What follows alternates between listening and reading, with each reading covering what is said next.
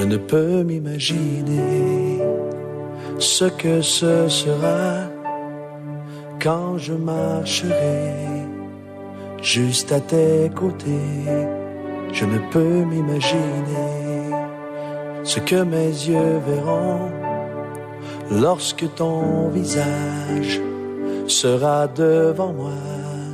Je ne peux m'imaginer. Je ne peux m'imaginer.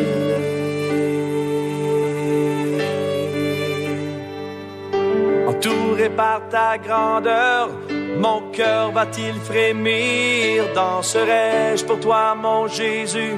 Serais-je saisi par la peur? Devant toi resterai-je debout? Vais-je tomber sur mes genoux? Chanterai-je Alléluia? Est-ce que je pourrais te parler? Je ne peux m'imaginer. Je ne peux m'imaginer. Je ne peux m'imaginer le jour où tu viendras pour me retrouver debout devant toi. Je ne peux m'imaginer. Tout ce que je ferai sera de t'adorer pour l'éternité. Je ne peux m'imaginer. Je ne peux m'imaginer.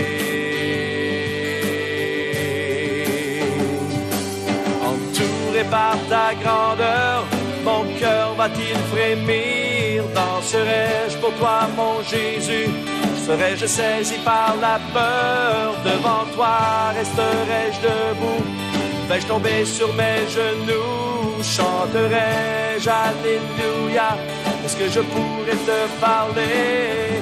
Entouré par ta grandeur, mon cœur va-t-il frémir? Danserai-je pour toi, mon Jésus? Serais-je saisi par la peur? Devant toi resterai-je debout? Vous êtes les bienvenus dans notre émission hebdomadaire et nous vous savons de la part du Seigneur en bonne santé et avec le Seigneur, et c'est une joie de nous retrouver encore ce matin ensemble. Que le Seigneur bénisse chacun d'entre vous. Aujourd'hui, notre leçon est la leçon numéro 3 de comment bâtir les relations interpersonnelles sur la base biblique. Comment un chrétien doit bâtir les relations qui le lient avec les autres chrétiens, les autres qui ne sont pas chrétiens. Et donc, cette leçon numéro 3 s'intitule « La création des conditions pour les relations interpersonnelles dans les modèles bibliques ».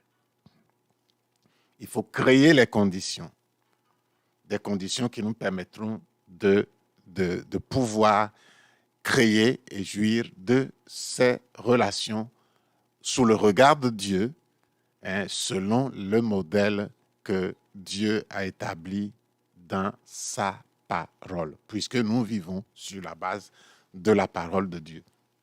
Donc, je vous rappelle que nous sommes l'Église des Assemblées de Dieu pentecôtiste, ministère Restauration.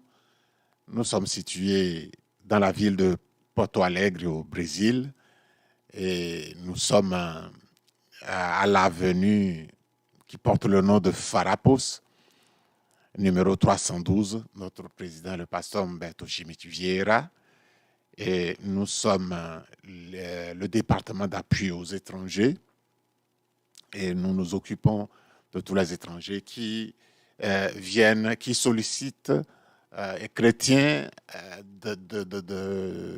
depuis leur pays d'origine ou bien intéressés à la foi et qui nous contactent. Nous les aidons, ceux qui viennent de débarquer, nous pouvons leur apporter des aides pour se retrouver dans le pays par rapport à comment les diriger pour les papiers et autres. Nous nous pouvons aider dans ce domaine, comment s'intégrer à l'Église surtout, comment continuer ou reprendre la vie spirituelle dans un milieu qui n'est pas le nôtre. Et nous servons Dieu dans ce domaine, dans le département appelé département d'appui aux étrangers, qui s'occupe d'apporter quelques études bibliques en anglais, en français et en espagnol.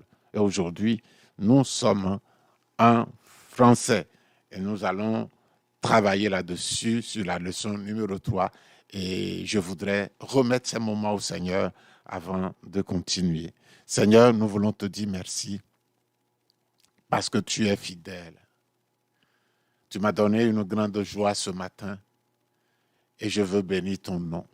Et je crois de tout mon cœur que cela est aussi le partage de tous ceux qui viennent, ceux qui sont dans cette émission, ceux qui suivent, ceux qui sont là de manière présentielle et ceux qui le suivront après de manière différée. Seigneur, tu es bon. Tes bras sont ouverts partout, Seigneur. C'est partout. C'est ce que le Saint-Esprit m'a imprégné sur mon cœur ce matin, que tes bras sont ouverts partout, accueillant le pécheur, accueillant l'enfant, accueillant celui qui est en détresse, accueillant celui qui veut s'approcher de toi, quelle que soit sa condition. Tu ne le rejettes pas. Ces bras que Jésus a ouverts sur la croix sont ouverts encore pour nous secourir. Et je bénis ton nom. Je loue ta grandeur. Tu es le vrai Dieu. Tu t'es manifesté par Jésus-Christ. Et tu nous as donné de le recevoir. Seigneur, je remets cette émission en tes mains et prie que tous ceux qui vont, Seigneur, suivre, que tu fasses quelque chose dans leur vie. Tu fasses quelque chose. S'ils ont besoin de guérison, guéris-les. Pendant qu'ils écoutent la parole, qu'ils ont besoin, Seigneur, d'une illumination, d'une révélation, Seigneur, appropriée, pendant qu'ils écoutent, donne la révélation. S'ils ont besoin, Seigneur, de salut, pendant qu'ils écoutent, Seigneur, révèle-toi comme le Dieu qui sauve. Merci, Seigneur, pour ces moments. À toi, toute la gloire, au nom de Jésus, notre Seigneur. Voilà, nous continuons.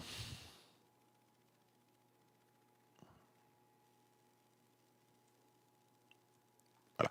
Ici, nous avons le titre, la création des conditions pour les relations interpersonnelles selon le modèle biblique. Le texte de base se trouve dans Luc 9, 23, où il est écrit, puis il dit, c'est Jésus.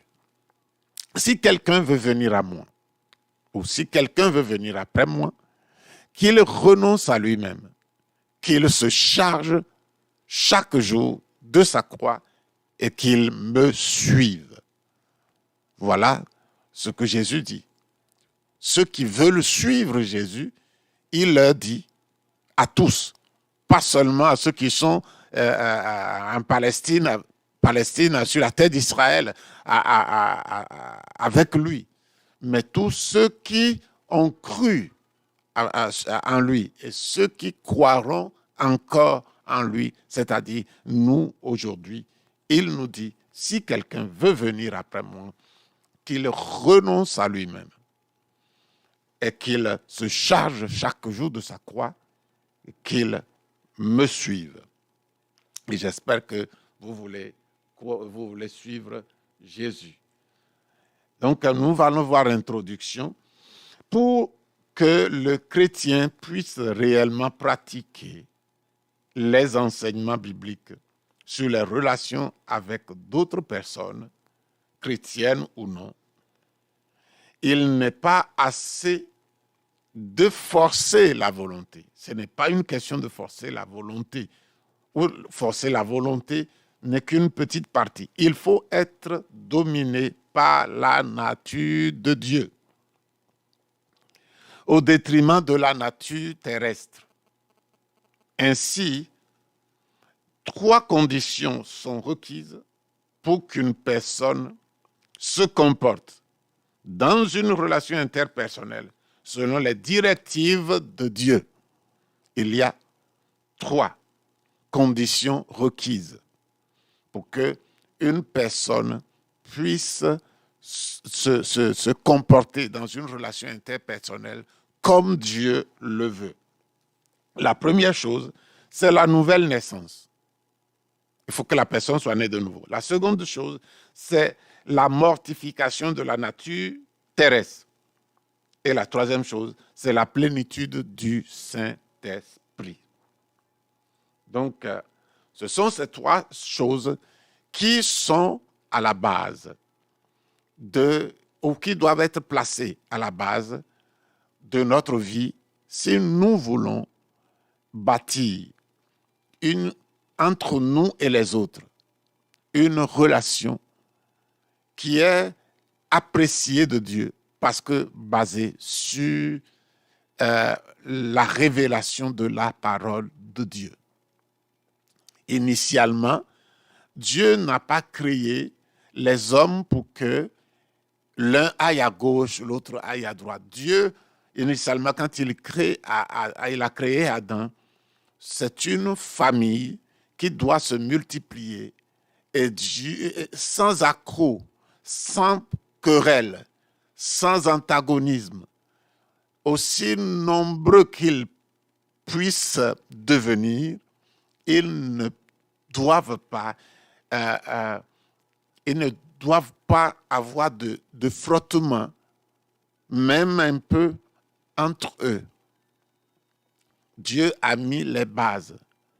Et si nous n'avions pas péché, si Adam et Ève n'avaient pas péché, ce que Dieu a intenté aurait réussi. C'est l'homme qui a fait échouer le plan de Dieu. Et donc, maintenant que nous sommes rachetés, rétablis dans le plan du Seigneur pour nous, il y a 3 conditions. Parce que nous portons dans notre nature, dans notre homme, 2 natures. La nature divine qui est dans notre esprit, régénéré par le Saint-Esprit, quand nous avons accepté Jésus comme notre Seigneur et notre Sauveur. Et puis, il y a la nature terrestre qui est dans notre âme. Dans notre âme qui est la même âme. Et dans notre corps qui est le même corps. Il y a une chose qui a changé en nous maintenant, c'est notre esprit qui était mort et qui ne connaissait pas Dieu, qui ne voulait rien savoir de Dieu, et que Dieu, par le miracle de la nouvelle naissance, a fait revivre. Il a ressuscité notre esprit, et maintenant que l'esprit est ressuscité, désirant les choses de Dieu, Dieu, ayant donné la vie, il est venu lui-même s'établir dans notre esprit. Le Saint-Esprit s'est établi dans notre esprit. Esprit et esprit peuvent se joindre. Âme et esprit ne peuvent pas se joindre. Mais il peut y avoir un transfert entre esprit et âme. Puis un transfert aussi entre âme et corps et âme. Donc, les 3 conditions, c'est que nous soyons nés de nouveau. Si quelqu'un veut avoir une relation interpersonnelle magnifique, il faut ces 3 conditions. Si on n'est pas né de nouveau, ça ne vaut pas la peine. On va tenter, on va réussir certaines choses, mais aux yeux de Dieu, c'est rien. C'est 0. Parce qu'il y aura des intérêts quelque part. Or, notre relation avec Dieu, avec les autres, n'est pas basée sur les intérêts, mais, comme nous l'avons dit la dernière fois, mais sur notre nouvelle nature que Dieu nous a communiquée. Maintenant, nous voyons le premier concept. Qu'est-ce que la nouvelle nature, la nouvelle naissance? Alléluia. Qu'est-ce que la nouvelle naissance? Nous verrons premièrement le concept, puis nous lirons un article où nous résumerons un article qui montre le résultat d'une vie spirituelle reçue à travers la nouvelle naissance. parce que nous sommes en train de parler de nouvelle naissance. Puis, nous allons parler aussi de renonciation, qui est la renonciation ou le renoncement à soi dont nous avons parlé dans Luc 9, 23, qui est la cause et l'effet de la nouvelle naissance. Dans la nouvelle naissance, il faut renoncer à quelque chose. Et dans les effets de la nouvelle naissance, il y a le renoncement ou la renonciation, c'est-à-dire que nous allons renoncer à nos droits de réaction. Nous allons renoncer à ces choses. Puis, après, nous parlerons de la religiosité et la nouvelle naissance. Donc, ici, nous sommes en train de répondre à qu'est-ce que c'est que la nouvelle naissance. Premièrement, le concept. L'acte divin, c'est l'acte divin, la nouvelle naissance, c'est l'acte divin et miraculeux par lequel Dieu envoie son image dans l'homme. Sa vie et son image dans l'homme et lui accorde le privilège de filiation. La nouvelle naissance, c'est quand nous devenons, par la grâce de Dieu, fils et filles de Dieu, par un miracle divin. C'est Dieu qui l'opère par le Saint-Esprit et la parole de Dieu.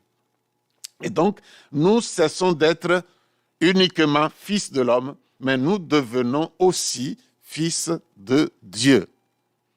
Quand on dit ces choses devant les gens qui ne connaissent pas Dieu, ils ne peuvent pas comprendre. Mais Dieu donne à des gens de comprendre. Dieu permet, quand on l'écoute, on veut s'approcher réellement de lui, il nous trouve et nous ouvre l'intelligence pour que nous recevions l'évangile. Par la nouvelle naissance, Dieu résout la question de la nature déchue de l'homme. C'est un problème qui s'est posé lorsque l'homme, en péchant dans le jardin d'Éden, a perdu sa communion et l'image de Dieu dans sa vie. Le péché dans le jardin d'Éden a brisé la communion et détruit l'image de Dieu en nous, et la communion avec lui.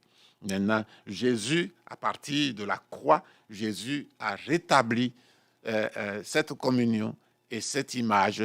Et cette image, cette communion est donnée, est permise, est établie dans la vie de tous ceux qui s'approchent de Jésus par la foi, le recevant comme Seigneur et Sauveur de leur vie, lui remettant toute leur vie, selon le verset de base, Luc 9, 23, et ils commencent à renoncer à eux-mêmes.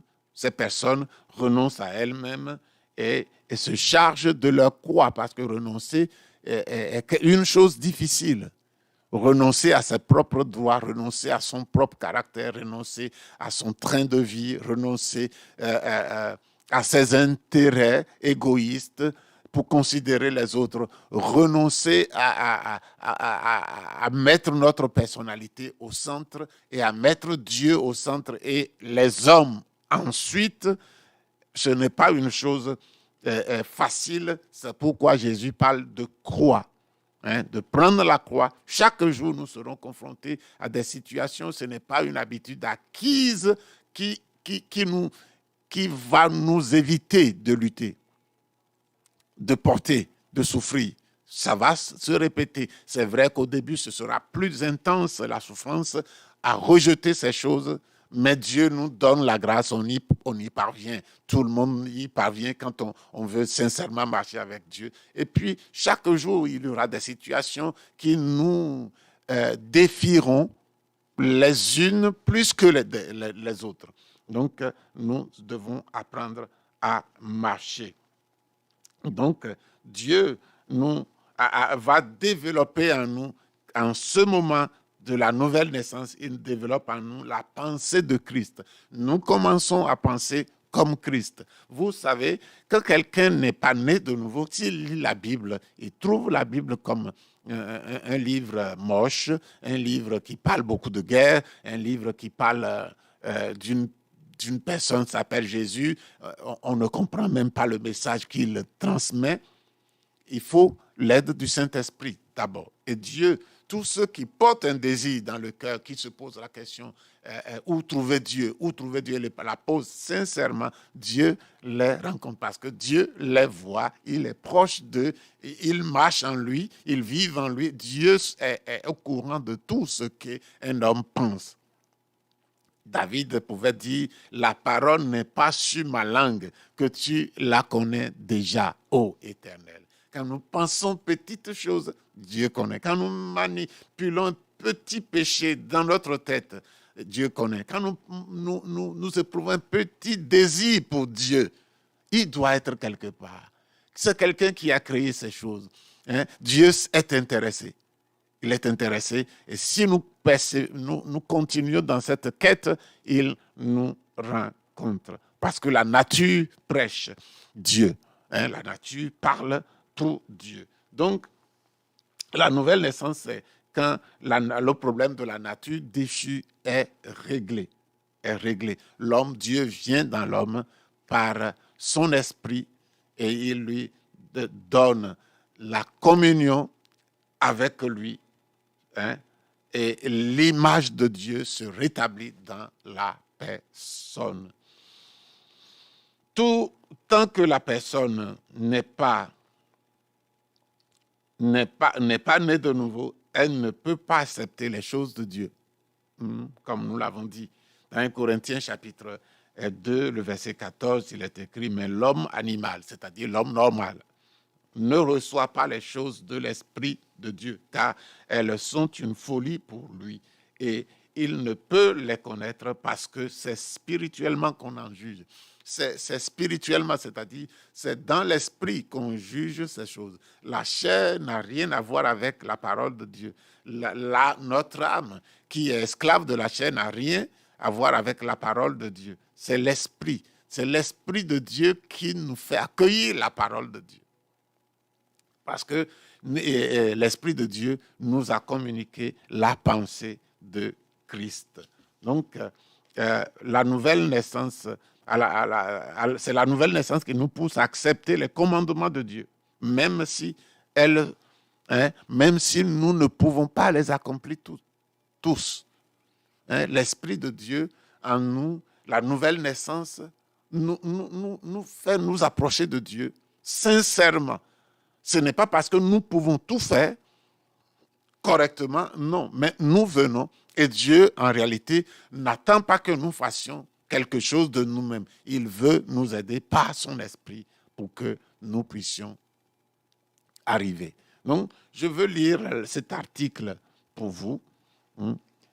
Il s'agit d'un homme qui s'appelle Otávio Rodrigues Vieira, qui se trouve être le père du président de notre dénomination.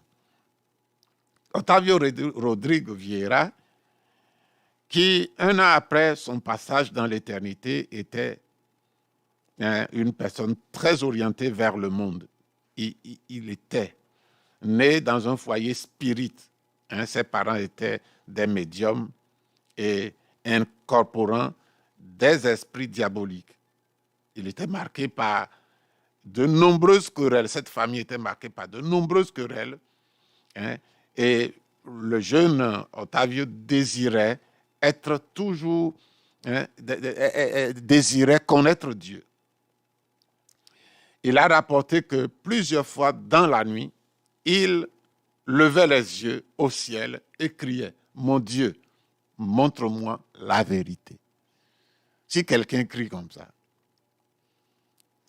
une chose pareille est à la base de la conversion de beaucoup de personnes. Beaucoup de personnes. Un jour, il décida dans son cœur, comme à son habitude, d'aller au bal, d'aller dans une boîte de nuit.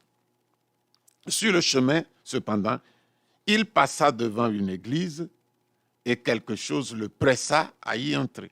Ce soir-là, il a eu une rencontre qui a marqué sa vie pour toujours.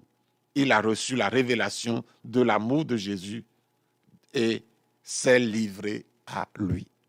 Ce jour-là, Otávio Rodrigues Vieira s'est donné au Seigneur. Comme il avait déjà planifié, il a continué. Comme il avait planifié d'aller au bal, dans ce lieu où les gens, les mondains se rassemblent. Après la fin de ce service, du service à l'église, il est parti au bal. Seulement, quand il est arrivé à cet endroit, il s'est rendu compte qu'il n'était plus la même personne. Là, il allait tous les jours, il allait souvent au moins, et ce jour-là, quand il est rentré dans l'église, il a rencontré Jésus, il a donné sa vie à Jésus, il a voulu continuer quand même au bal, parce qu'il est sorti de la maison pour ça, pas pour l'église. Dieu l'a chopé au milieu de la route. Donc, il a continué. Et quand il est arrivé, ce qu'il ressent d'habitude, il ne l'a plus ressenti. Et il a compris que quelque chose s'est passé dans sa vie. Dans sa vie. Il n'était plus la même personne. Il n'aimait plus le lieu. C'était la dernière fois qu'il entrait dans cet environnement, dans un environnement comme celui-là. À partir de là, ses intérêts et ses préférences ont changé. Il a commencé à chercher Dieu, à apprendre à jouer la guitare et à partager cette bonne nouvelle de sa vie qu'il avait reçue. Que s'est-il passé en lui? Que s'est-il passé? Comment nous pouvons expliquer ce revirement total? Une personne pratiquant une chose, ayant un style de vie, un train de vie, qui à une réunion rencontre Jésus et puis tout change. Que s'est-il passé? Ce qui s'est passé, c'est qu'une nouvelle nature était venue habiter sa vie par l'action du Saint-Esprit. C'est que Dieu est venu dans sa vie. Cette affaire-là, elle est glorieuse. Elle est glorieuse. Elle est glorieuse. Un jour, quand je passais je suis entré dans une église, j'étais un fumeur. Et une des premières choses que j'ai remarqué, j'avais déjà essayé plusieurs fois d'abandonner.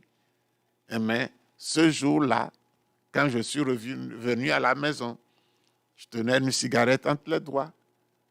Et puis, au milieu, quelque chose me dit, finis d'abord. Finis la cigarette et je luttais. Tu peux abandonner après. Et puis, j'ai fumé une fois, 2 fois. Et je dis, non, je ne suis pas obligé de finir. Et j'ai jeté. Et quand j'ai jeté, dans ce mois de mai, je crois que c'est mai 1987, c'est terminé.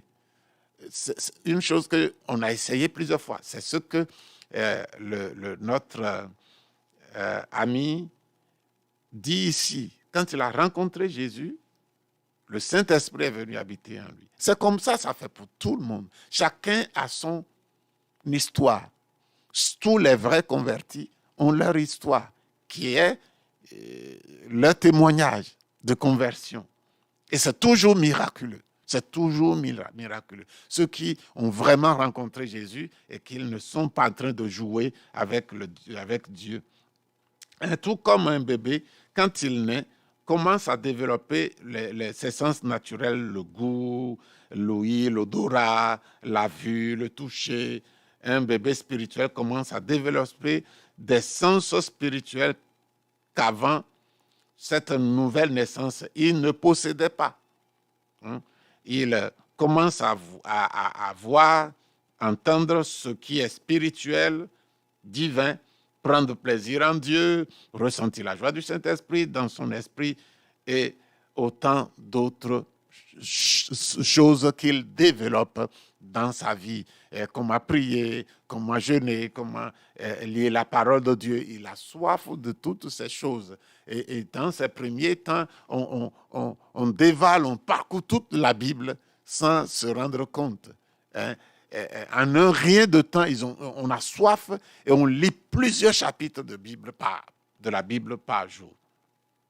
Alors, ainsi que le jeune Ottavio a présenté à ses proches la réalité du Christ qu'il avait vécu. Sa mère a été guérie par Christ d'une maladie qui l'affligeait depuis des années. Son père, autrefois fervent défenseur de la doctrine spirite, s'est rendu à Jésus après avoir vécu une véritable expérience avec lui, et ses frères ont également été touchés par cette nouvelle vie.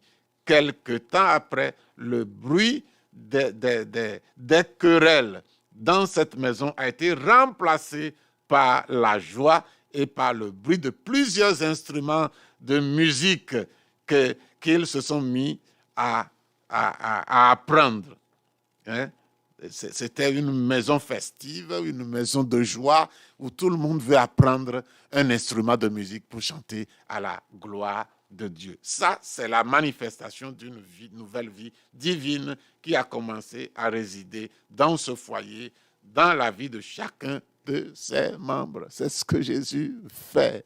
C'est ce que Jésus a fait et continue de faire. C'est ce qu'il veut faire pour toi si tu ne l'as pas encore connu et si ton désir est de s'approcher de lui. Il est à côté de toi. Tu vis en lui. En lui, nous avons la vie, l'être et le mouvement, dit la Bible. Et Dieu est partout. Vous pouvez le rencontrer là où vous êtes. Et ce matin, pour nous, vous qui connaissez déjà le Seigneur, je veux poser quelques questions pour que nous nous examinions. Cherchons-nous à obéir au commandement de Dieu uniquement par obligation ou par la joie?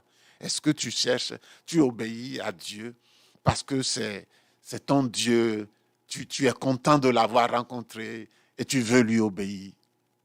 Ou bien la Bible, les commandements de Dieu qui nous sont donnés pour notre bien sont un poids pour toi et tu as envie de dire « laisse-moi tranquille, je veux vivre ma vie ». Si c'est comme ça pour toi, alors il faut t'arrêter et penser à ta relation avec Dieu. La relation, quand nous sommes conduits par le Saint-Esprit, nous sommes contents de marcher avec Dieu. Nous sommes heureux. C'est vrai que nous allons commettre des fautes. Nous sommes en train d'apprendre. Nous sommes en train d'avancer. Nous sommes des enfants, des bébés. Certains sont des bébés, certains sont un peu avancés. Mais l'homme dans cette peau va sans le vouloir, tomber, commettre des choses par instinct, par la faiblesse de la chair. Mais il sent que ce n'est pas sa nature. Et quand il y arrive, il y tombe, il se sent mal. Le Saint-Esprit, il est sensible. Quelque chose en lui, la nouvelle personne en lui s'attriste. Dit, nous, on ne fait pas ça, fils. Et il se répand. Est-ce que tu obéis à Dieu par contrainte ou bien tu obéis à Dieu par amour? Simplement parce que tu l'aimes et tu sais qu'il t'aime et tu veux lui obéir. La deuxième réflexion, c'est notre esprit se réjouit-il de la joie de Dieu pour accomplir sa volonté? Est-ce qu'on se réjouit si nous voulons faire quelque chose nous est demandé ou apparaît devant nous, nous voulons y répondre? Est-ce que nous avons la joie? Est-ce que ça nous donne la joie d'accomplir la volonté de Dieu? Ou sommes-nous dégoûtés lorsque nous visualisons la nécessité de lui obéir? Est-ce que c'est comme ça? Donc, c'est à nous, à chacun, de répondre.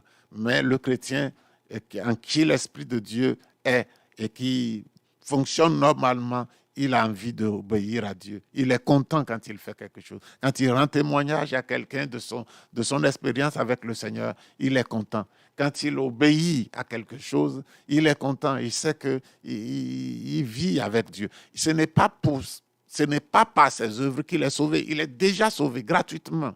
Gratuitement, Jésus a tout accompli. Et maintenant, quand on est on est né dans une famille parce que ce n'est pas nous qui demandons, c'est Dieu qui nous a fait la proposition et nous avons décidé. Et quand nous sommes nés avec nos parents humains, on ne nous a rien demandé parce qu'ils ne savaient pas où nous étions.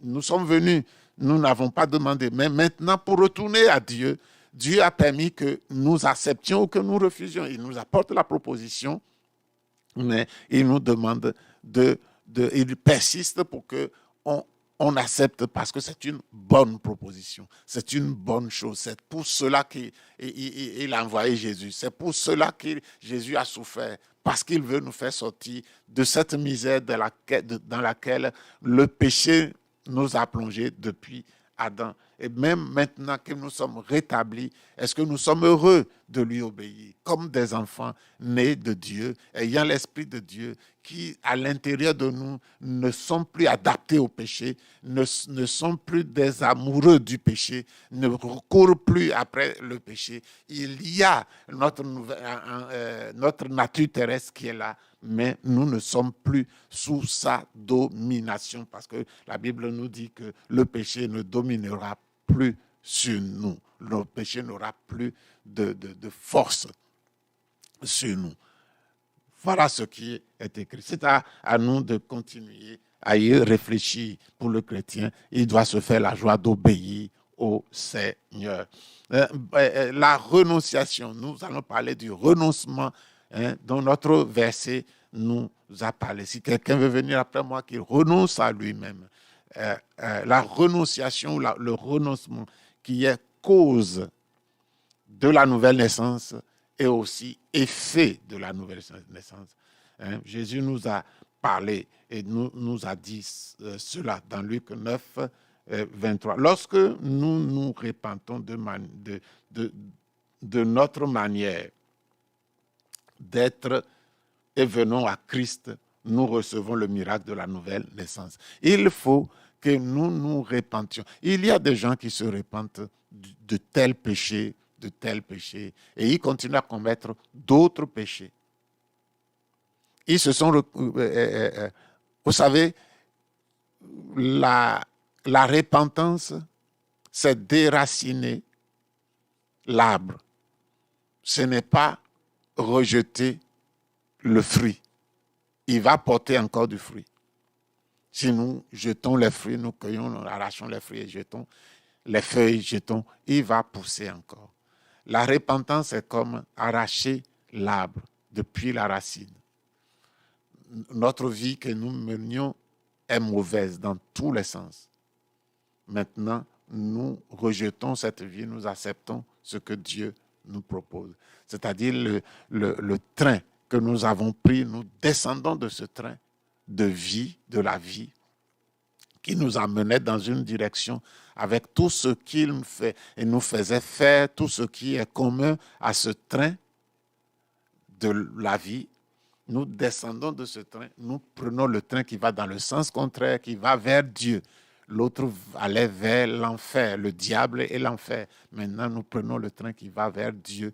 Et dans ce train, c'est parce que nous avons pris la décision de ne plus aller dans le premier sens, et que parce que nous avons réussi à dire non à tout ce qu'on fait dans ce train. Et nous sommes sortis. Nous voulons maintenant entrer dans le second train qui va vers Dieu. Et nous y sommes entrés parce que nous avons renoncé. On ne peut pas prendre deux trains en même temps. Nous avons renoncé au premier. Et donc, c'est comme ça que la nouvelle naissance se passe. Nous renonçons à toutes ces choses. C'est pas forcément que nous cessons de les faire de manière personnelle, humaine, totalement. Non. Mais quand nous renonçons, nous nous confions à Dieu. Nous recevons la vie de Dieu. C'est la nouvelle naissance. L'image de Dieu vient en nous. La communion de Dieu nous est donnée par le Saint-Esprit. Et la nature de Dieu commence à évoluer en nous. Donc, la nouvelle nature, à son tour, nous poussera chaque jour à renoncer au désir de la nature terrestre. La nouvelle nature va nous pousser à renoncer au désir de la nature terrestre qui est en nous, qui est dans notre corps et dans notre âme. On peut donc dire que le renoncement est la cause et l'effet de la nouvelle naissance. C'est pourquoi Jésus nous a exhortés en disant « Aimez vos ennemis, bénissez ceux qui vous maudissent, faites du bien à ceux qui vous haïssent et priez pour ceux qui vous maltraitent et qui vous persécutent, afin que vous soyez fils de votre Père qui est dans les cieux, car il fait lever son soleil sur les méchants et sur les bons, et il fait pleuvoir sur les justes et sur les injustes. » Et si nous voulons marcher dans Dieu nous donne cette nature qui maintenant permet que nous puissions aimer nos ennemis, nous puissions faire du bien à ceux qui nous haïssent et prier pour ceux qui nous maltraitent et nous persécutent. Et c'est en faisant ça, c'est en vivant cette vie que nous montrons que nous sommes fils de Dieu. Parce que nous reproduisons ce que Dieu est en nous. Comment Dieu voit les hommes étant ennemis. Dieu aime les hommes. Dieu aime. C'est pourquoi chaque jour, le soleil se lève, le soleil se couche. Dans chaque saison, il fait pleuvoir. Dieu peut bloquer toutes ces choses. Mais parce qu'il nous aime, il les fait passer. Et les gens sur la terre sont sur le plan humain heureux. Mais ils sont des farouches opposants à Dieu. Des farouches opposants à Dieu. Pourquoi? Dieu continue. Pourquoi il ne les tue pas? Pourquoi il ne leur refuse pas ces choses? Parce qu'il les aime. Et Dieu ne reprend pas ce qu'il a donné. Maintenant, et quand nous parlons des choses matérielles, les choses spirituelles aussi, la Bible dit que pendant que nous étions encore des pécheurs, Christ est mort pour nous. Vous tous ceux qui sont dans le monde, tous ceux que nous rencontrons sur la route, tous nos parents qui ne sont pas convertis, tous ceux que nous connaissons de farouches opposants, qui insultent le Seigneur, qui ne veulent pas sentir des chrétiens, je veux vous dire que Jésus est mort pour eux. Leur salut est plein, déjà garanti. Il suffit seulement qu'ils sortent de cette position, se tournent vers Dieu et ils obtiendront le salut. Dieu ne leur dira pas, vous avez trop abusé de moi, vous m'avez trop persécuté, vous avez tué mes enfants. Dieu ne dira pas ça. Dieu ne dira pas ça. Dieu est bon et il veut donner, il veut livrer, délivrer tout le monde. Le prix est payé. Jésus est mort. Il y a plus de 2000 ans que le salut de chacune de ces personnes que vous voyez est déjà assuré. Il suffit, c'est pourquoi il nous dit de prêcher l'évangile. Il suffit que ces personnes ayant entendu l'évangile se tournent et disent « Oui, je veux recevoir ce que Dieu a préparé pour moi. » Ce n'est pas maintenant que Jésus va dire « Oui, je vais préparer son salut, je vais lui faire ceci. » Non, même les guérisons dont ils ont besoin, même les provisions dont ils ont besoin, tout cela est déjà préparé. Il suffit seulement de quitter la voie, de se repentir, de quitter ce train, de cesser d'aller, d'arrêter d'aller dans ce sens et de se retourner vers le Dieu qui est dans le sens opposé, c'est ce que la repentance veut dire, je l'explique schématiquement. Et maintenant, si on s'est donné à Dieu, on est candidat, on entre dans la bénédiction, dans tout le paquet de salut que Dieu a préparé pour nous, guérison, délivrance, liberté et toutes ces choses. Dieu nous l'a donné. Et toutes ces personnes perdues que vous voyez, ils sont déjà dans le plan de Dieu. Tout est accompli déjà pour eux. Ce n'est pas aujourd'hui, quand ils se tournent vers Dieu, que Jésus va aller encore à la croix pour mourir pour eux. Il a fait le sacrifice une fois pour toutes. Donc, c'est si simple que ça. Et l'amour de Dieu les invite continuellement. Dieu est amour. C'est ce que nous pouvons dire, c'est écrit, c'est ce que nous pouvons dire pour résumer. Il est partout, les bras ouverts. Même le criminel, celui qui a... Je lisais un témoignage la dernière fois, la personne a mis, j'ai tué quelqu'un, mais il m'a accepté. Quand il était ignorant, il était adorateur du diable, il l'a tué. Mais Dieu, c'est une créature de Dieu qui l'a tué. Mais Dieu ne l'a pas rejeté. Tous ceux qui viennent à Jésus, il les accepte. Sauf que quelqu'un ne vient pas. Quelqu'un dise que ce que tu donnes, je ne veux pas. Alors, il ne peut pas forcer. Il nous a créés avec une liberté de choisir. Donc, voyons maintenant la religiosité et la nouvelle naissance. Celui qui ne veut pas abandonner sa nature terrestre ne peut être qu'un religieux, un membre d'église et même un dirigeant ecclésiastique. Mais il ne sera pas un enfant de Dieu. Vous savez, la religion, c'est quand l'homme pense que, ou bien suit quelque chose d'établi par les hommes et qui dit, quand je fais ça, je fais ça, je fais ça, alors je suis sauvé. Dieu, j'ai une relation avec Dieu. Non, ce n'est pas comme ça. La vraie relation avec Dieu, c'est Dieu qui est venu nous chercher. Ce n'est pas nous qui le cherchons. C'est vrai qu'il doit avoir une soif en nous qui le cherche et il répond. Et il répond par l'évangile. Nous devons nous soumettre, nous devons connaître Dieu par l'évangile. La parole de Dieu, la Bible, particulièrement premièrement dans le Nouveau Testament. Comment Jésus a établi la manière dont nous devons nous repentir, nous approcher de lui et lui nous communique à Dieu. C'est comme ça que c'est établi. Donc, nous ne pouvons pas inventer une religion de notre propre chef. Nous ne pouvons pas suivre une religion que les hommes ont établie, même si ils la défendent bec et ongle comme étant une religion venue de Dieu. Jésus a dit ceci: je suis le chemin, la vérité et la vie. Ce n'est pas un chemin, ce n'est pas une vérité, ce n'est pas une vie. Il dit le chemin, la vérité et la vie. Nul ne vient au Père, nul ne peut venir au Père autre que par moi. Jésus a dit ça. Tous ceux qui ont une religion quelque part et qu'ils la chérissent, ils la défendent, ils essayent chaque jour de la mettre au-dessus des autres, même au-dessus de l'évangile, par des procédés humains, n'y parviendront jamais. L'évangile est une puissance pour le salut de quiconque croit. Et si quelqu'un met sa foi dans l'évangile, c'est pourquoi il sera sauvé. C'est pourquoi les hommes sur la terre, dans tous les siècles, on a lutté contre l'évangile. On a brûlé les Bibles, on a brûlé les chrétiens, on les a tués, on les a massacrés dans plusieurs âges. On les déteste aujourd'hui.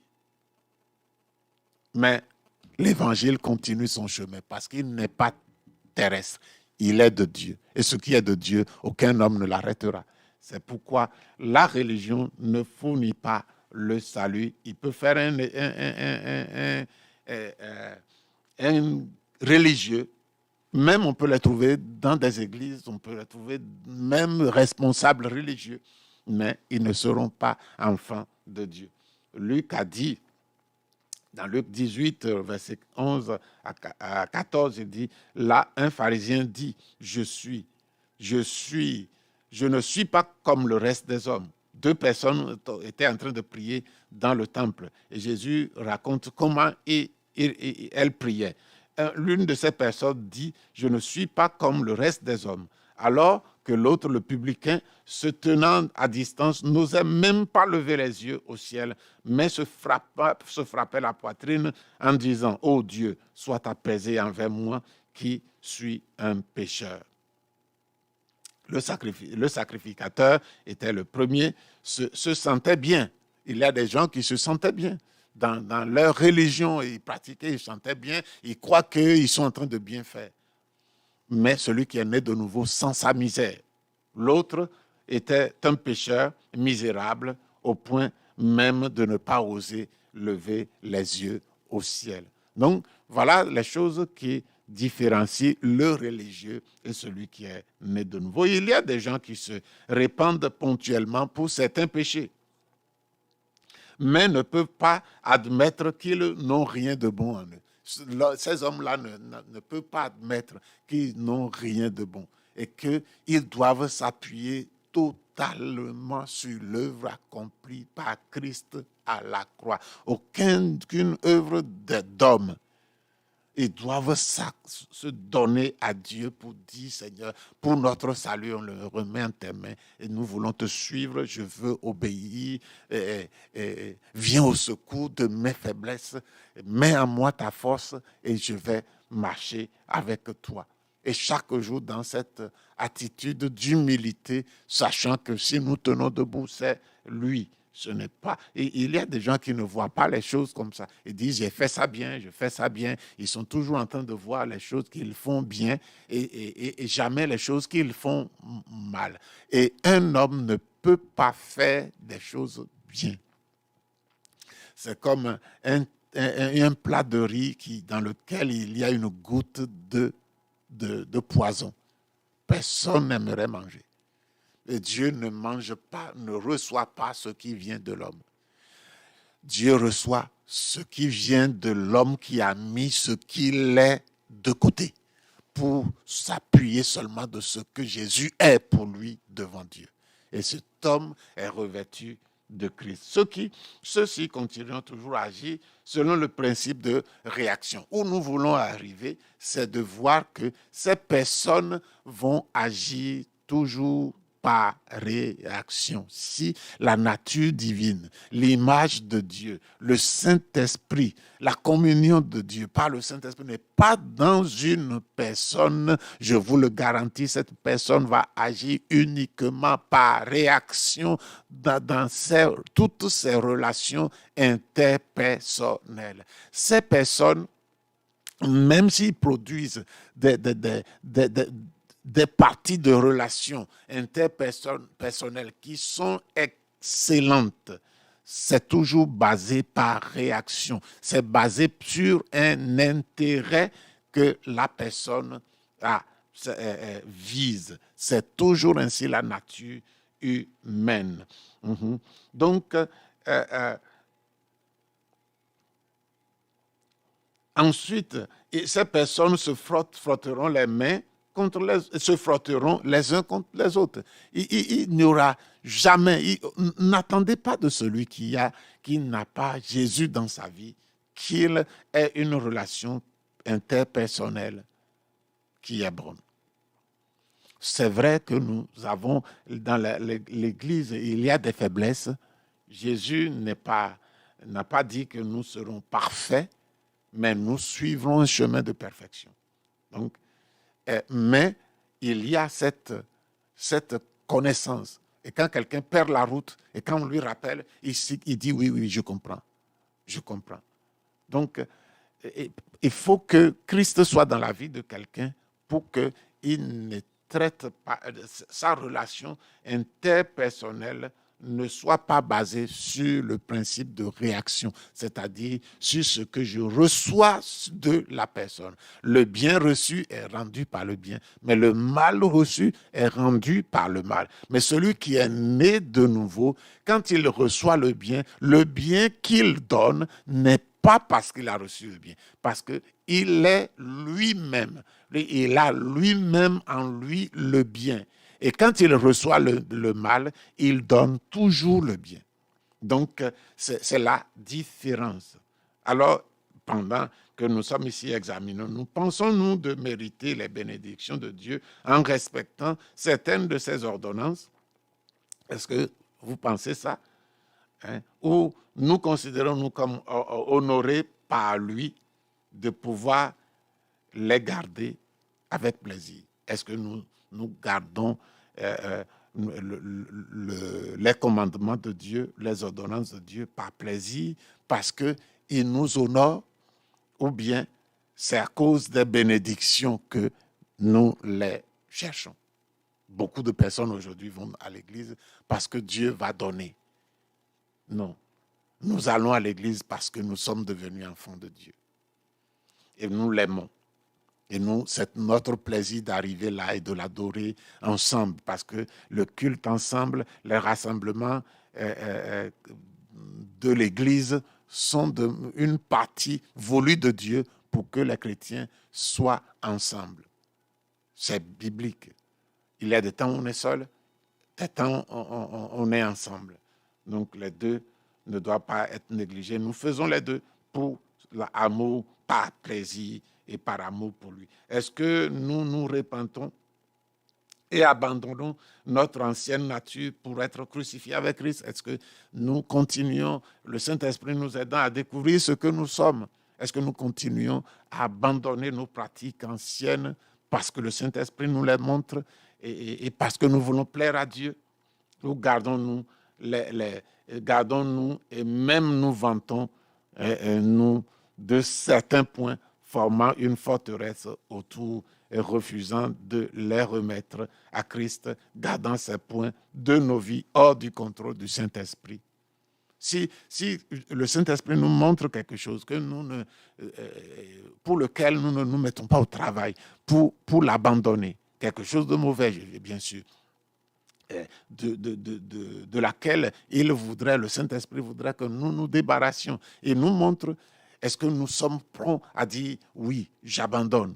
Et même si ce n'est pas facile, nous nous mettons au travail avec lui, dans la prière, aide-moi à sortir de ça. Je reconnais que ce n'est pas bon, je reconnais que c'est un péché, tu me l'as montré, alors aide-moi à sortir. Ou bien nous disons que mon père a été comme ça, ma mère a été comme ça, mon grand-père a été comme ça, et je suis comme ça, c'est bon.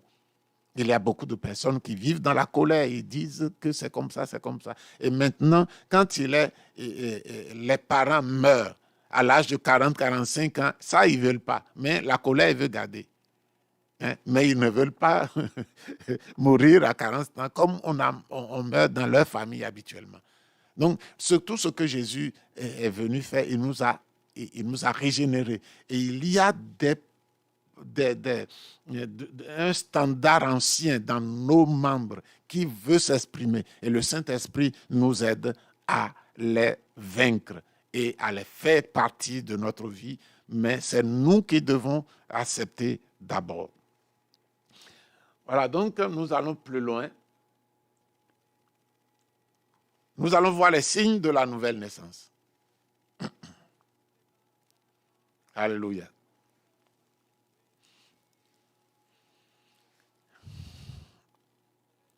Gloire à Dieu. Gloire à Dieu. Alors, les signes de la nouvelle naissance. Nous avons, premièrement, reconnaissance immédiate des erreurs. Quand on est né de nouveau, on reconnaît immédiatement les erreurs commises. Nous allons résumer un article qui parle de l'action du Saint-Esprit qui conduit à la repentance. Deuxième signe, la reconnaissance que la parole de Dieu est bonne. Et troisième signe, une guerre constante contre l'ancienne nature.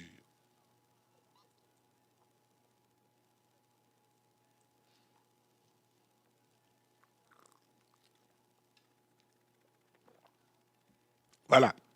Donc, le premier signe de la nouvelle naissance, c'est quand on commet un péché, une erreur, on la reconnaît immédiatement. Parce que le Saint-Esprit en nous le fait savoir. Les gens qui n'ont pas de Jésus en eux, ils vivent et ils ne savent pas que chaque action qu'ils sont en train de poser est péché. Même si chaque action, plusieurs de les actions, est péché. Mais celui qui est né de nouveau le reconnaît. Il reconnaît celui qui n'a qu'une foi intellectuelle, mais qui n'a pas le Saint-Esprit, a beaucoup de difficultés de reconnaître ses propres erreurs, car c'est le Saint-Esprit qui convainc l'homme de péché.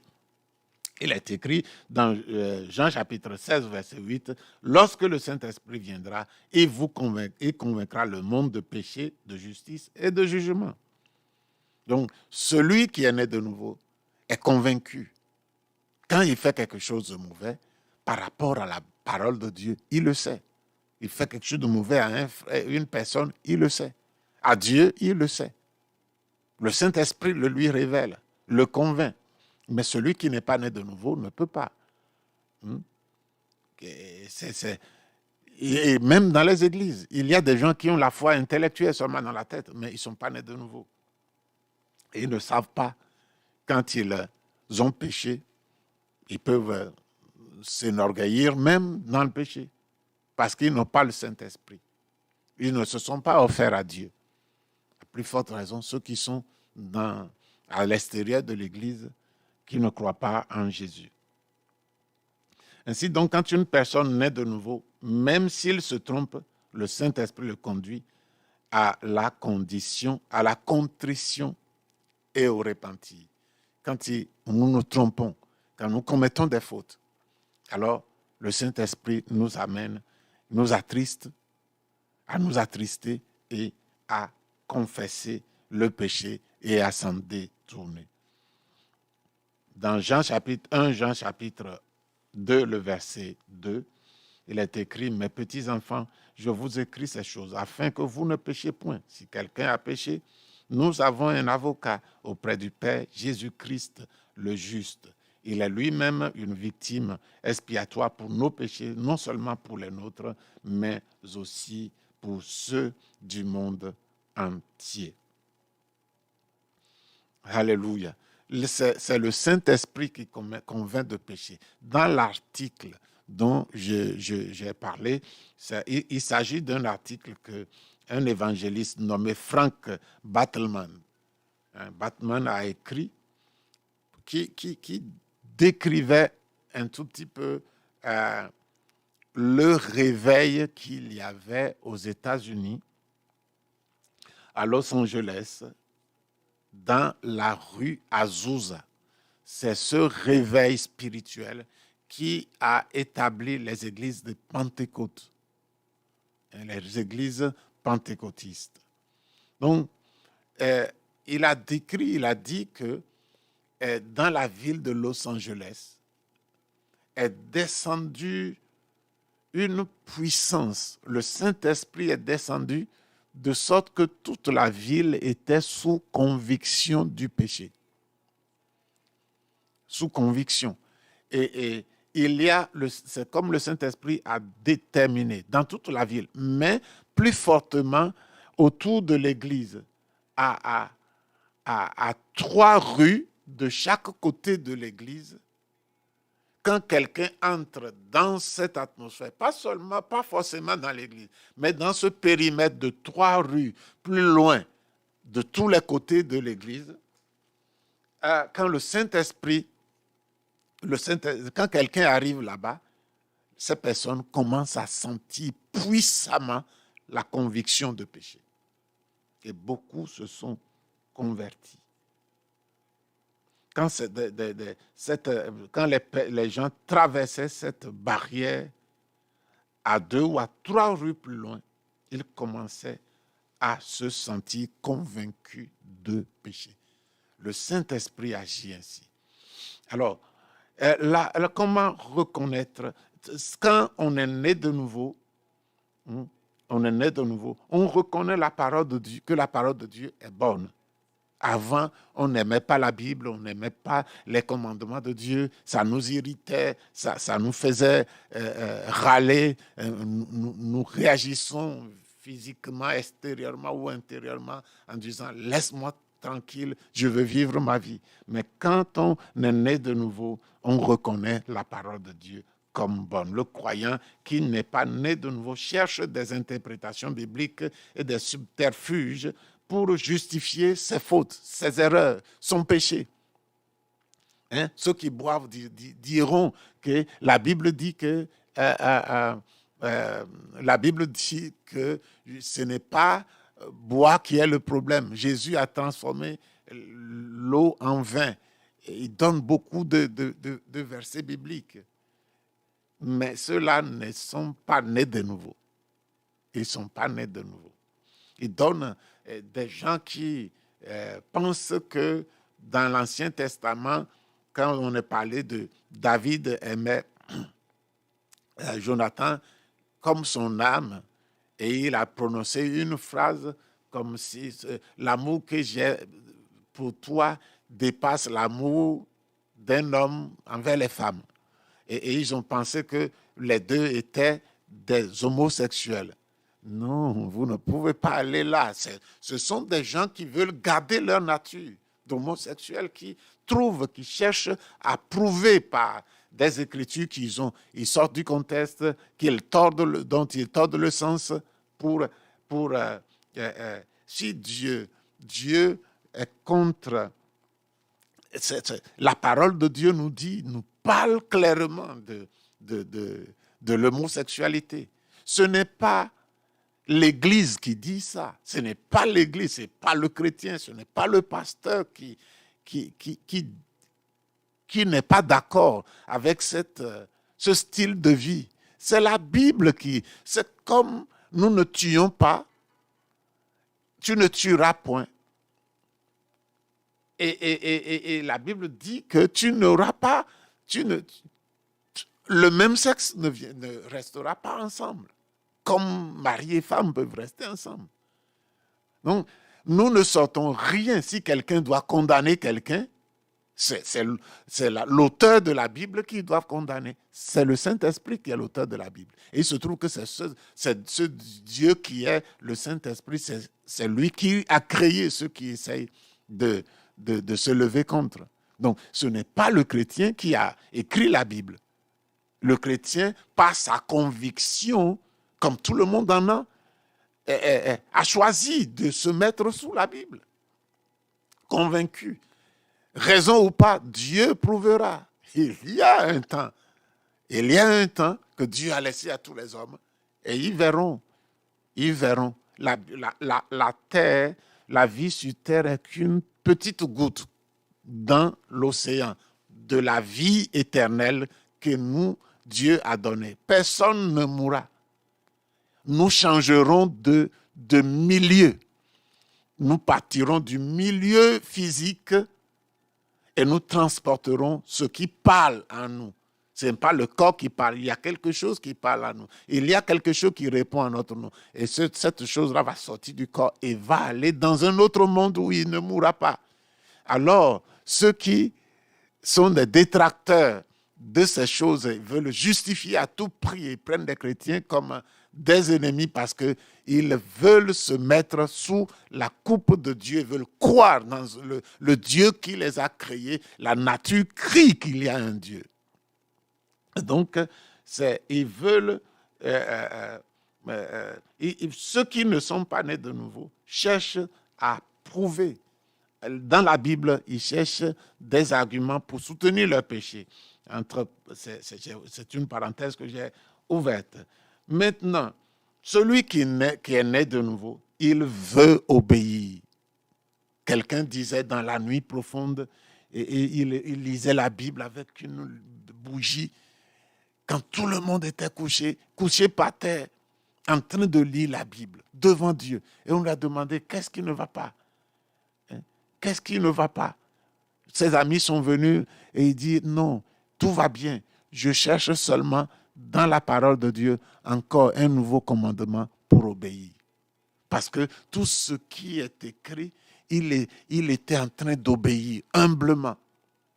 Et il lit la Bible, il étudie la Bible pour découvrir les choses qu'il n'a pas perçues jusque-là. Parce qu'il aime Dieu. C'est comme ça qu'un chrétien, celui qui est né de nouveau, se comporte. Maintenant, il y a de l'autre côté une guerre constante contre l'ancienne nature.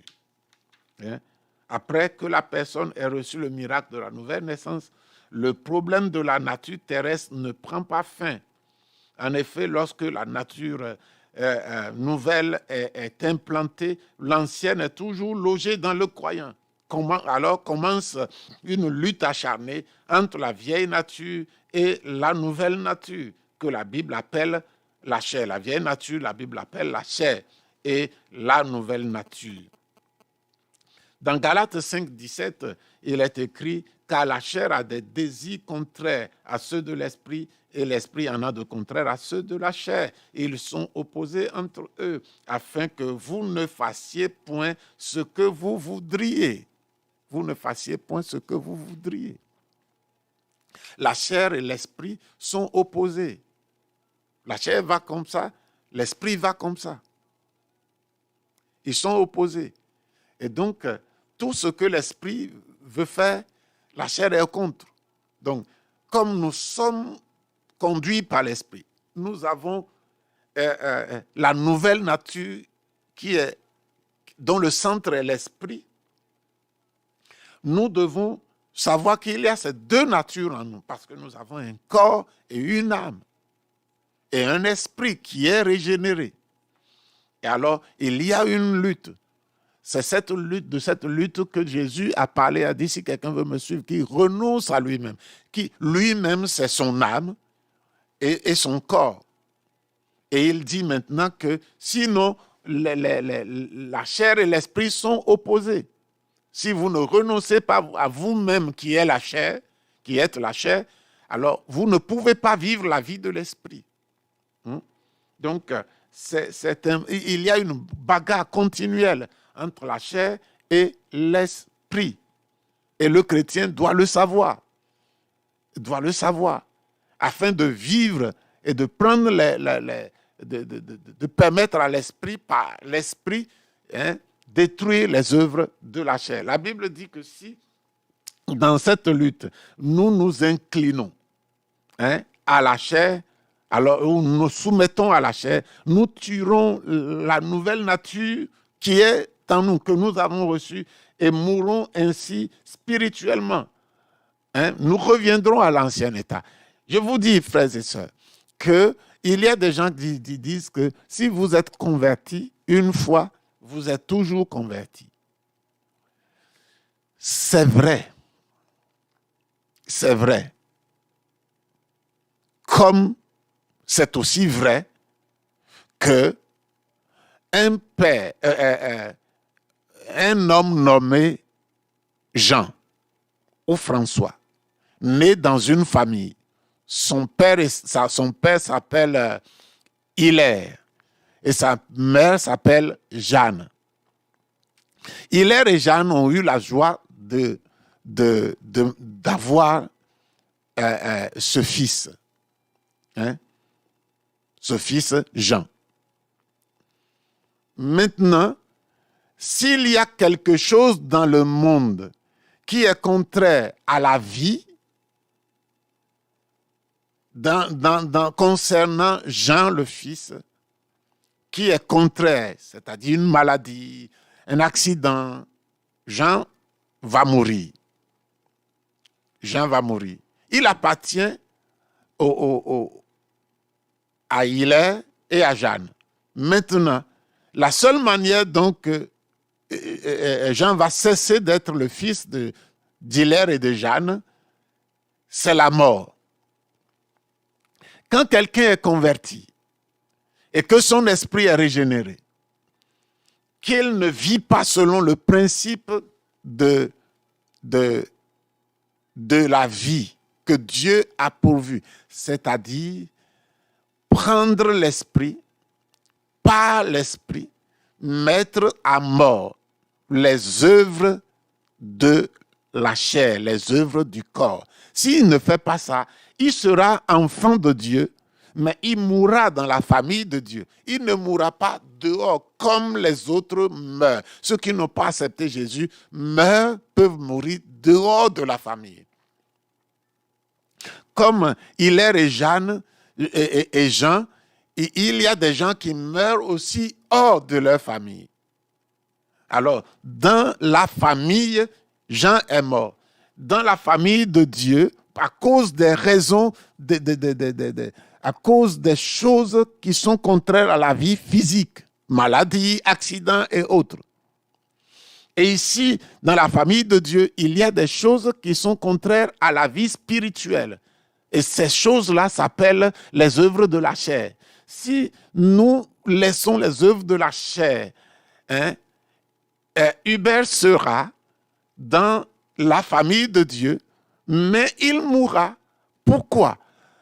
Il ne meurt pas hors, comme d'autres personnes meurent sans Dieu. Il meurt dans la famille de Dieu parce qu'il ne vit pas selon le principe. Il a accepté les choses qui tuent dans la famille.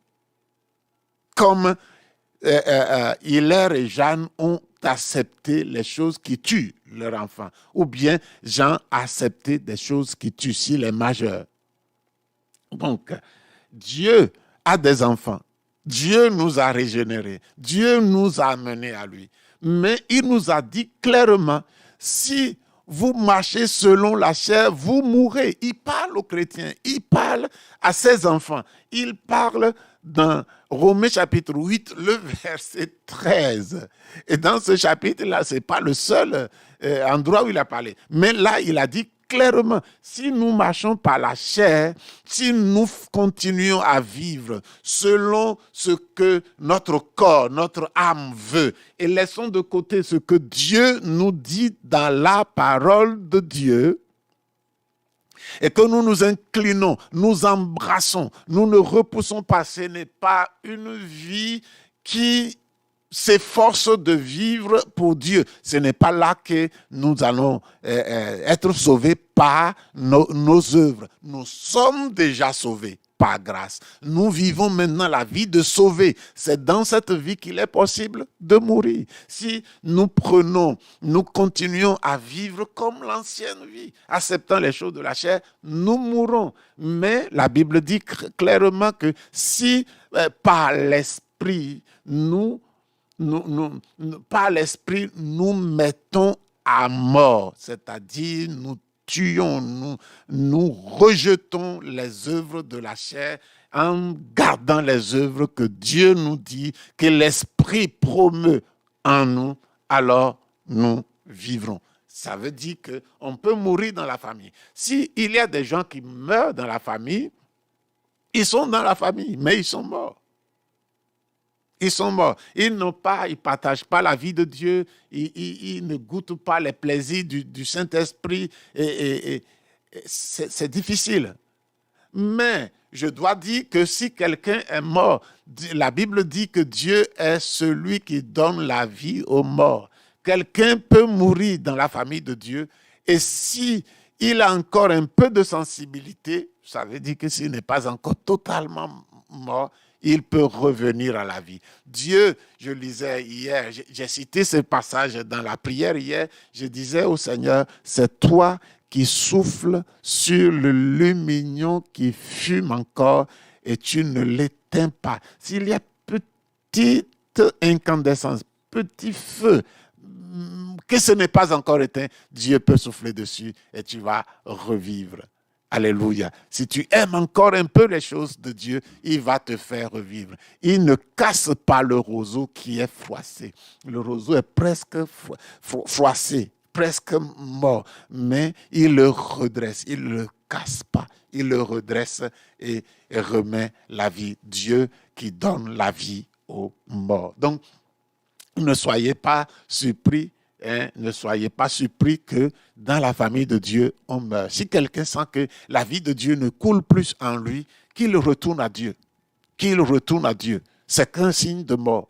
Et qu'il retourne à Dieu, qu'il revienne à la parole, qu'il demande au Saint-Esprit de lui montrer sa vie. Lui-même, en faisant une analyse basée sur la parole de Dieu, il va découvrir plein de choses qu'il est en train de faire que la Bible, il va comprendre que ce n'est pas à partir de ces choses que la mort s'est installée en lui progressivement et le Saint-Esprit va venir à son aide. Alors, sommes-nous en train de lutter pour surmonter un aspect de notre vie terrestre? En ce qui concerne cet aspect, nous inclinons-nous à la chair, acceptons-nous ce qui nourrit les manifestations de la chair, ou sommes-nous, même avec peu de force, en train de nous éloigner des inclinations charnelles. Et nous inclinons-nous à l'Esprit Saint en priant par la prière constante, méthodique, le jeûne, l'étude de la parole de Dieu tous les jours et aller à l'église, aimer la communion avec les frères. Ce sont des choses que nous devons établir fermement dans nos vies pour ne pas tomber dans le mal. Nous allons aller plus loin et voir la nature terrestre, instinct ou réaction. Instinct ou réaction. Voilà. Instinct de réaction et nouvelle vie. Donc, c'est ici que nous allons regarder ce qui concerne les réactions. Après l'instinct de se nourrir, le premier instinct de l'homme, c'est manger. C'est pourquoi quand les enfants, bébés naissent, c'est rapidement ils mettent leur pouce dans la bouche. Ils sont en train de faire, ils sont en train de gesticuler dans tous les sens pour avoir à manger. C'est le premier instinct de l'homme. C'est pourquoi pour se soumettre à Dieu, Dieu a voulu que c'est ce premier instinct de jeûner, de suspendre ce premier instinct, est un effort humain que Dieu a accepté pour prioriser Dieu. Et donc, après cet instinct, c'est celui de la réaction. Nous avons nos deux premiers instincts, c'est manger et réagir à tout ce qui vient à nous. Vous le reconnaîtrez. C'est cet instinct de réaction de la nature terrestre qui empêche que la violence et la guerre soient bannies sur la terre. C'est cet instinct de réaction qui entretient les guerres, qui entretient les palabres, qui entretient les querelles. Sans cet instinct, la terre serait paisible. Du moins dans un certain sens, ou jusqu'à un certain niveau. Ainsi, nous ne pouvons naître de nouveau que si nous renonçons à la nature terrestre et nous repentons même de notre manière d'être qui nous pousse à la réaction et à la haine contre la haine. Celui qui est naturel, homme bien, il réagit à la haine par la haine. Même s'il réagit de manière mitigée, c'est qu'il vise un intérêt. Ainsi, tous les hommes sont. Il n'y a que ceux qui sont nés de Dieu, qui ont vu leur être qui réagit, leur machine de réaction changer. Et Dieu a amené sa nature là. Le homme naturel a été enlevé. Et la nature de Dieu est venue là, en eux. Eux seuls peuvent ne pas réagir. Je ne suis pas en train de dire que les réactions sont toujours mauvaises, produisent toujours quelque chose de mauvais. Ça peut produire parfois des choses bonnes, mais leur essence est mauvaise. Parce que ces réactions, peut-être bonnes, ne viennent pas d'un cœur né de nouveau. Comprenez? Je ne suis pas en train de dire que tous ceux qui ne sont pas nés de nouveau produisent toujours des réactions mauvaises. Mais je suis en train de dire que toutes les réactions, bonnes ou mauvaises, qui proviennent d'un homme n'ont pas né de nouveau n'est pas la bonne réaction. C'est une réaction. Mais ceux qui sont nés de nouveau n'ont pas de réaction. Ils ont une nature avec laquelle ils répondent à ce qu'ils reçoivent et ils ne peuvent pas manifester autre chose. Dans un premier temps, quand il est né de nouveau, il va apprendre, il va régénérer, renouveler ses pensées, son intelligence par la parole de Dieu. Il va apprendre à avoir une intelligence sophron, une intelligence renouvelée spirituellement, où l'ancienne manière de penser est passée, de l'homme est passée. Le Saint-Esprit va l'aider à établir un raisonnement qui est conforme à l'Esprit de Dieu qui est en lui, et ce raisonnement est bâti sur la parole de Dieu. Et il ne pense plus comme une personne qui n'est pas née de nouveau. Il pense selon l'homme nouveau qui est en lui. La personne qui n'est pas née de nouveau pense selon l'homme ancien qui n'est pas né de nouveau, qui est en lui, et toute son intelligence est remplie de ce que cet homme ancien pense à l'intérieur de lui. Maintenant que nous sommes nés de nouveau, nous produisons. L'homme nouveau produit une nouvelle, comment on appelle, mentalité. Une nouvelle mentalité, et c'est ce moment-là que nous prenons l'avantage de prendre la Bible et de chasser tout ce que nous pensions avant. C'est ça qu'on appelle le renouvellement de la pensée. Se repentir de choses que la société considère comme mauvaises n'est pas si difficile, mais c'est se repentir de la manière d'être, renoncer à soi, et c'est difficile. Mais c'est la condition imposée par Jésus pour ceux qui veulent le suivre. Ainsi, tant qu'une personne n'abandonne pas cet instinct de réaction, ce droit de réaction, tant qu'elle ne veut pas abandonner sa nature terrestre, sans repentir, elle ne naîtra pas de nouveau. Cette personne, dans sa relation interpersonnelle, sera commandée par le principe de réaction. Donc, voilà ce que nous avons aujourd'hui. Donc, nous avons à chercher à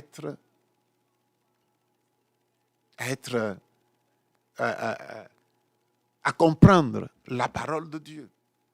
Quand nous naissons de nouveau, nous avons reçu une nouvelle nature. Et nous devons agir selon cette nouvelle nature. Celui qui n'est pas né de nouveau a l'ancienne nature en lui. Il agit par réaction à travers l'ancienne, par réaction par son ancienne nature. Celui qui est né de nouveau, il ne réagit pas, mais il agit. À une action, il agit aussi. Il agit selon ce qui est en lui. Il ne réagit pas. Donc, je crois que jusque-là, vous avez compris.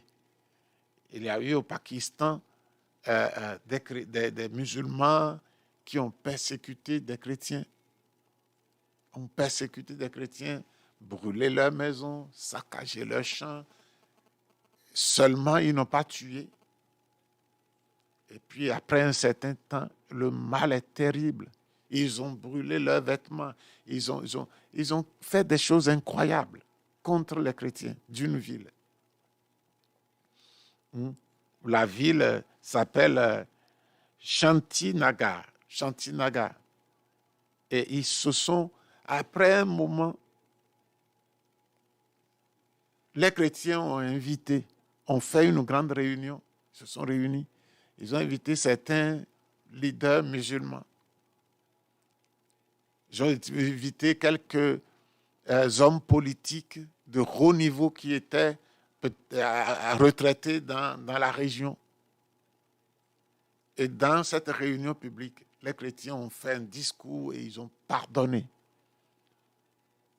Mais personne n'est venu leur demander pardon. Mais ils se sont levés, ils ont pardonné. Et ça a affecté profondément certains musulmans qui ont encore le raisonnement plus ou moins sain. Et ça a marqué des gens. Ça a produit un effet dans la population que les gens, ils n'ont pas compris. Et certains chrétiens qui sont nouveaux dans la foi, ils disent, mais pourquoi on pardonne quand ils ne sont pas venus nous demander pardon? Et les leaders ont expliqué que Jésus, quand il était sur la croix, personne n'est venu lui demander pardon. Mais il a dit, Père, pardonne-leur, ne leur impute pas ce péché, pardonne-leur, car ils ne savent pas ce qu'ils font. Nous, chrétiens, c'est notre nature qui nous demande de faire ça. C'est Dieu, le Dieu dont nous sommes les fils, qui a mis sa nature en nous. Il aime tous les hommes. Mais chacun va obtenir à la fin de son parcours ce qu'il a voulu, ce à quoi il s'est attaché. Ceux qui sont attachés à Dieu resteront avec Dieu. Ceux qui ne se sont pas attachés à Dieu resteront avec ce à quoi ils se sont attachés. Dieu est bon, il est patient, il est bon, il pousse. Et c'est pourquoi nous, les chrétiens, n'attendez pas qu'on vous applaudisse. Mais nous devons obéir au Seigneur. Nous devons prêcher l'évangile. C'est l'amour de Dieu que nous étendons. Jésus n'a pas attendu qu'ils viennent lui demander pardon. Mais nous devons porter le message à ceux qui nous entourent. Voilà. Je ne veux nous arrêter là aujourd'hui. Et nous allons lire la conclusion. J'espère que vous êtes... gloire à Dieu. Alléluia. La propre justice exige que nous fassions quelque chose pour être sauvés. Alors que la doctrine de la nouvelle naissance dit que ce n'est pas à nous de faire, mais à l'esprit. Alors nous devons le laisser diriger nos vies. Quand nous sommes sauvés par l'esprit, par Dieu, nous devons laisser Dieu, la vie dans laquelle nous sommes arrivés. C'est encore Dieu qui doit nous faire continuer cette vie. Cependant, pour que cela se produise, nous devons renoncer à l'ancienne nature, y compris à l'instinct de réaction. Il est nécessaire que la nature terrestre soit mortifiée. C'est-à-dire que nous devons faire tout ce qui nous est possible, puisque la nature terrestre est avec nous et nous voyons ses manifestations. Si tu dois aller boire, ton corps te dit d'aller boire de l'alcool quelque part, tu peux dire non. Tu peux dire non. Si tu es habitué, demande, et que c'est difficile, demande de l'aide à celui qui t'a fait envoyer dans cette nouvelle vie. Et crois qu'il est avec toi, et crois qu'il te donne la force. C'est le sujet que nous aborderons dans la prochaine leçon. Que le Seigneur vous bénisse et qu'il vous garde, vous permettant de mettre ces leçons en pratique et de bénéficier de la grâce, la mesure de grâce qui est là cachée dans cette leçon et désireux de vous la révéler, de vous la transmettre. Que Dieu vous garde, nous allons rendre grâce. Seigneur, nous voulons te dire merci. Merci pour cette leçon. Et nous prions, Seigneur, que tu permettes que tous ceux qui sont là et ceux qui viendront puissent être touchés et recevoir l'instruction, la révélation. Cela fait toujours du bien quand tu nous donnes la révélation et la capacité de mettre ces choses en pratique. Quelqu'un verra certainement par la lumière de ton esprit qu'il n'arrive pas à mortifier les œuvres de la chair, sa nature terrestre, dans une action particulière, dans un comportement particulier, dans une dépendance alimentaire, comportementale particulière. Et Seigneur, je prie que tu aides cette personne. Quand il te demande de l'aide, viens lui en aide, parce que c'est toi qui le lui as révélé. Nous te donnons toute la gloire. Cher Père, reçois l'adoration, reçois la louange. Tu nous as donné cette nature gratuitement. Nous n'avons pas travaillé pour ça. C'est Jésus qui a travaillé et qui a enlevé tous nos péchés, notre condamnation, nos malédictions, notre pauvreté. C'est lui qui a enlevé, Seigneur Dieu, toutes ces choses, Seigneur, qui nous empêchaient d'avoir communion avec toi. Et par le Saint-Esprit, il nous a régénérés. Nous prions que tu nous aides à marcher selon l'Esprit et non selon la chair. À toi, toute la gloire, au nom de Jésus. Amen. Que Dieu vous bénisse. Je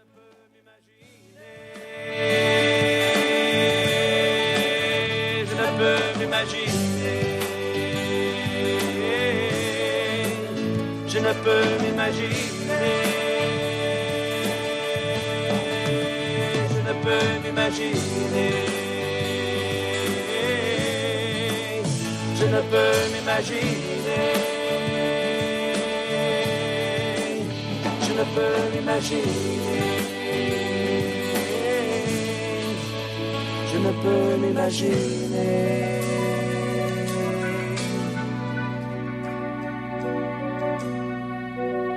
Je ne peux m'imaginer ce que ce sera quand je marcherai juste à tes côtés.